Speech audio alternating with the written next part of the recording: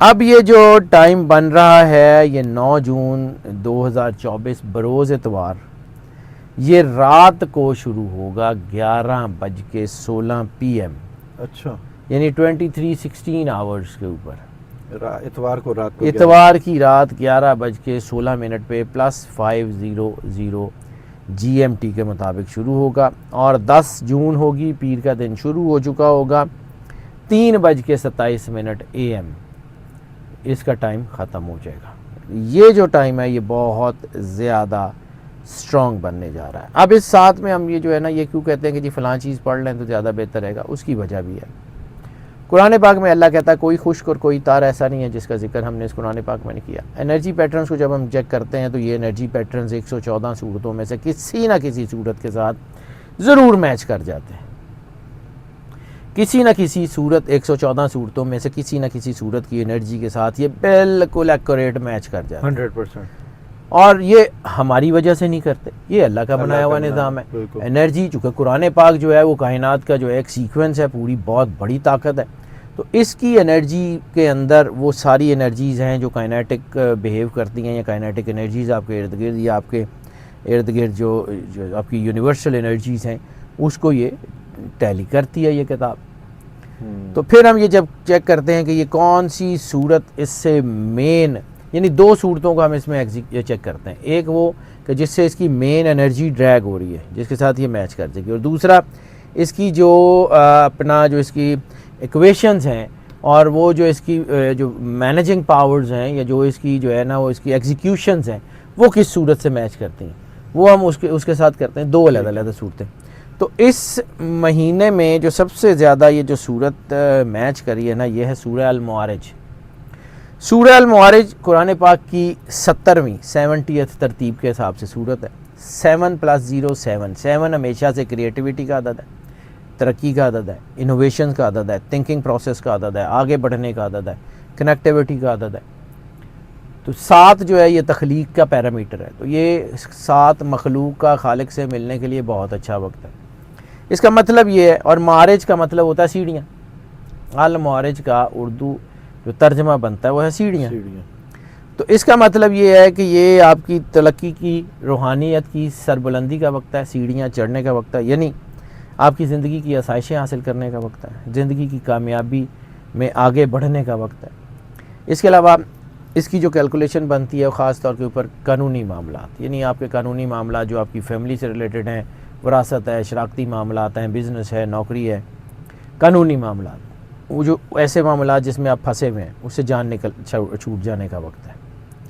Family معاملات جو ہیں وہ آپ کے لیے بہتری کا وقت ہے، اس میں چیزیں بہتر آ جائیں گی۔ زندگی کی آسائشیں حاصل کرنے کا وقت ہے، اس میں چیزیں بہت اچھی طرح ہو جائیں گی، اور یہ معاملات آپ کے اچھی طرف جائیں گے انشاءاللہ۔ اس میں آپ جو ہے وہ پرواہ نہ کریں، تو اگر اللہ کے ساتھ جڑے رہے تو بے فکر ہو جائیں کہ آپ کامیابی کی اس سیڑھی پہ چڑھیں گے جس پہ آج تک آپ نہیں چڑھ پائے۔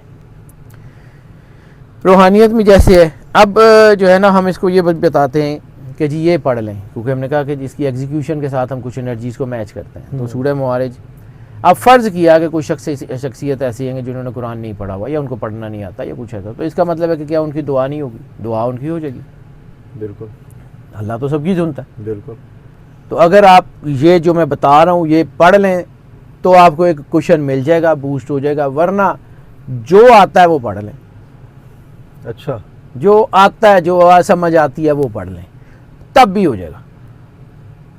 اللہ پر یقین رکھیں، یقین ہے نا، بالکل، اصل بالکل۔ دعا تو یقین ہے، ہاں جی، ہاں جی، احساس ہے، بالکل، عطا ہے، کرم ہے، مطلب اللہ کا جو مطلب اللہ کا جو رحمانیت کا، رحیمیت کا مطلب کیا ہے؟ مانگنے والے کو دینے والا تو ٹھیک ہے نا، وہ عطا کرنے والا ہوتا ہے، بالکل۔ وہ معطی ہوتا ہے، عطا کرنے والا، جسے کسی نے مانگا اور اس نے عطا کر دیا۔ المعطی بھی اللہ کا نام ہے۔ رحمان اور رحیم یہ تو بن مانگے کی برسات کا نام ہے، آپ نے نہیں مانگا تب بھی اس نے دیا، کیونکہ وہ رب ہے، اس کو پتہ ہے، وہ آپ کے خیالات کو بھی جانتا ہے، آپ نہ مانگیں گے تب بھی وہ دے گا۔ بالکل۔ اب بات کر لیتے ہیں کہ جی کرنا کیا ہے۔ طریقہ ہے ایک، جب کسی کے گھر جاتے ہیں تو اس کا شکریہ تو ادا کرتے ہیں نا کہ اس نے گھر آنے کا موقع دیا۔ بالکل سلام کوئی گریٹیٹیوڈ تو پیش کیا جاتا ہے نا. اگر اللہ نے آپ کو اپنا نام لینے کی توفیق عطا کر دی ہے, اللہ نے آپ کو اس قابل کر دیا ہے کہ آپ اللہ کا نام لے سکیں, اللہ نے آپ کو اس قابل کر دیا ہے کہ آپ اس کی بارگاہ میں اپنی کوئی جو ہے وہ دعا پیش کر سکیں, کچھ کر دیں, تو اس کا گریٹیٹیوڈ کرنا, اس کا شکریہ ادا کرنا, اس کا شکرانہ دینا تو بنتا ہے نا 100%. تو 2 نفل شکرانے کے سب سے پہلے ادا کریں نا. بالکل. اس کے بعد کائنات بنی کس کے لیے؟ سرکار ختمی مرتبہ سرور انبیاء صلی اللہ علیہ وآلہ وسلم. لولا کا لما خلقت الافلاق کا تاج ہے سرور انبیاء کے سر کے اوپر. بالکل. لولا کا لما خلقت الافلاق کا تاج پہننے والی بادشاہ کونین سرور انبیاء ہستی جو ہیں, ان کو بھی تو گریٹیٹیوڈ دینا. تو پھر درود پاک بالکل جتنا آسانی سے پڑھ سکتے ہیں اتنا, کم از کم ایک تسبیح وہ پڑھ لیں.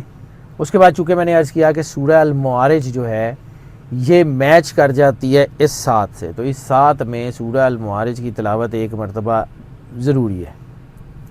ایک مرتبہ سورہ المعارج کی تلاوت کر لیں. اس کے بعد دوبارہ سرور انبیاء صلی اللہ علیہ وآلہ وسلم بادشاہ کونین کی بارگاہ میں درود پاک کا نذرانہ پیش کریں, محبت, عقیدت, پیار اور خلوص کے ساتھ پیش کریں.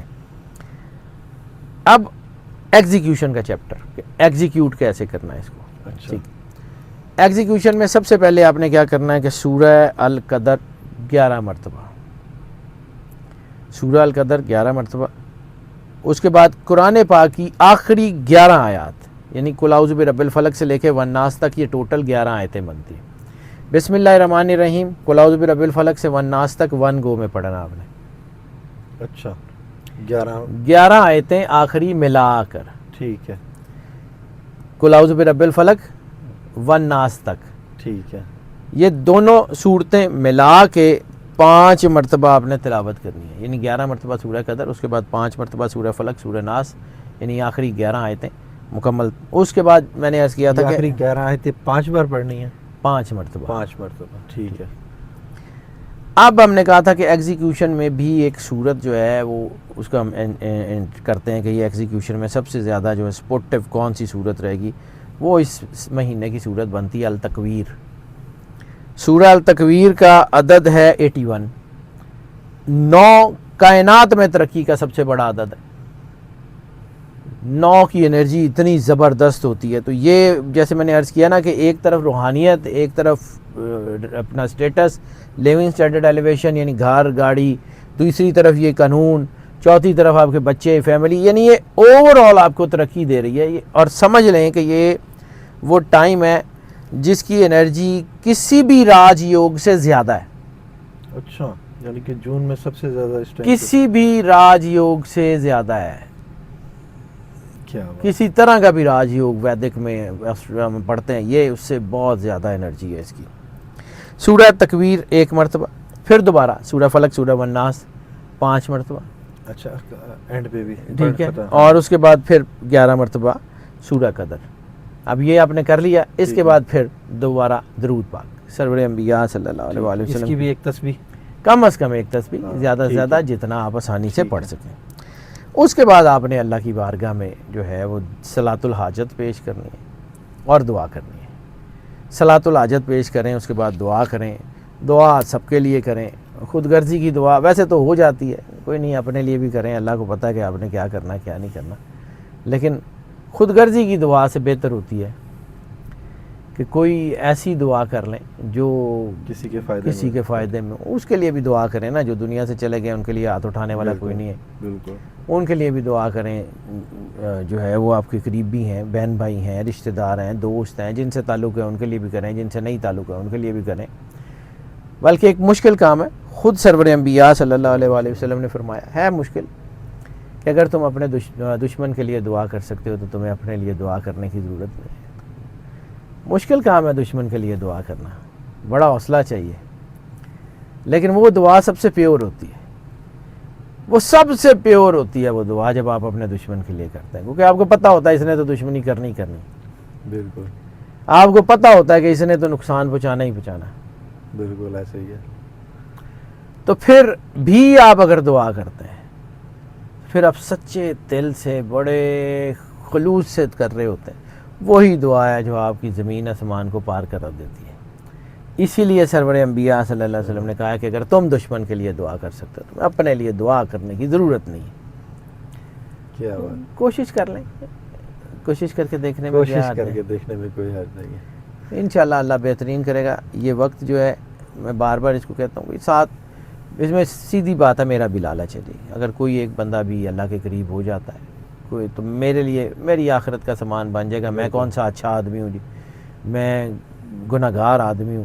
اللہ اپنی کرم نوازی کا سایہ کر دے، پاک رسول اللہ صلی اللہ علیہ وآلہ وسلم کے وفاداروں میں رکھے، تو بس اتنی ہے اور کچھ بھی نہیں ہے. اس کے علاوہ تو اور نہ اوقات ہے، نہ حیثیت ہے، نہ سرمایہ. ایسے ہی ہے جی. بہت شکریہ سر. ویلکم. جعفری صاحب ہمارے ساتھ موجود تھے. 9 جون کا ٹائم دیا ہے جی، رات 11 بج کے میں دوبارہ بتا ہاں. دیتا ہوں، میں دوبارہ بتا دیتا ہوں. 9 جون بروز اتوار رات کو 11:16 پہ یہ وقت شروع ہوگا، اور 3:27 یعنی اگلی ڈیٹ شروع ہو چکی ہوگی. 3 یعنی صبح صبح بالکل تیسرا پہر جو تہجد کا وقت ہے اس کے قریب یہ 3:27 پہ یہ وقت جو ہے وہ اختتام پذیر ہو جائے گا. یہ ٹوٹل جو وقت بنتا ہے یہ 4 گھنٹے 11 منٹ، یعنی ٹوٹل 251 منٹ ہیں. یہ 251 منٹ اپنی زندگی میں، اس میں سے کچھ حصہ، سارے بھی نہیں، کچھ حصہ اللہ کے لیے لگا دیں. دیکھیں زندگی بدلتی کیسے ہے، کر کے تو دیکھیں نا. بالکل جی، کر کے تو دیکھیں، اور اپنے لیے بھی دعا کریں، اور اپنے دشمنوں کے لیے بھی، اور ہمارے لیے بھی دعا کریں. ہمارے لیے بھی، ہماری ٹیم کے لیے بھی دعا کریں. بالکل، ہم بھی آپ کی دعا کے لیے وہ ہیں منتظر ہیں. دشمنوں کے لیے دعا نہ بھی کریں، اپنے لیے کر لیں. دیکھیں میں وہی عرض کر رہا ہوں کہ جو سرکار ختمی ہے مرتبہ سرور انبیاء صلی اللہ علیہ وآلہ وسلم نے فرمایا، نہ اس سے آگے کائنات کی نہ کوئی حکمت ہو سکتی ہے، بالکل نہ اس سے آگے کوئی اور چیز ہو سکتی ہے.